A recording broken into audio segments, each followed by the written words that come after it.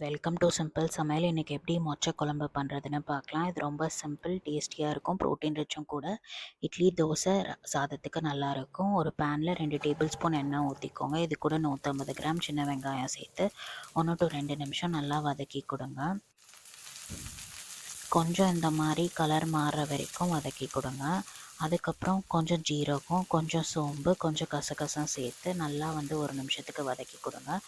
வெங்காயம் போடுறதுக்கு முன்னாடியே இதெல்லாம் போட்டு நீங்கள் வதக்கி கொடுத்தீங்கன்னா அது கருகி வந்துடும். அதனால தான் வெங்காயம் போட்டப்புறம் இதை போட்டு வறுத்து கொடுங்க. அதுக்கப்புறம் 3 to 4 டேபிள் ஸ்பூன் குழம்பு மிளகாத்தூள் சேர்த்து நல்லா கலந்து விடுங்க. இதோட 2 டேபிள் ஸ்பூன் திருவன தேங்காய் இல்லைன்னா டெசிகேட்டட் கோகோனட் எது உங்ககிட்ட இருக்கோ அதை சேர்த்துக்கோங்க. சேர்த்துட்டு நல்லா கலந்து விடுங்க. கலந்து விட்டுட்டு ஸ்டவ்வை சுவிட்ச் ஆஃப் பண்ணிவிட்டு அதை சூடாறின அப்புறம் ஒரு மிக்ஸி ஜாரில் சேர்த்து 1/2 கிளாஸ் தண்ணி ஊற்றி இந்த மாதிரி மையாக அரைச்சி எடுத்துக்கோங்க. குக்கரில் 300 to 500 கிராம் மொச்சை சேர்த்துக்கோங்க. இதோட 2 தக்காளி, 2 கொத்து கருவேப்பிலை சேர்த்துக்கோங்க. நம்ம அரைச்சி வச்சுருக்க பேஸ்ட்டை சேர்த்துக்கோங்க.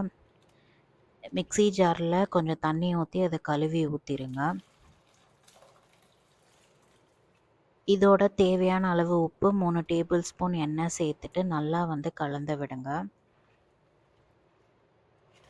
ஸ்டவ்வை இப்போ ஸ்விட்ச் ஆன் பண்ணிவிடுங்க.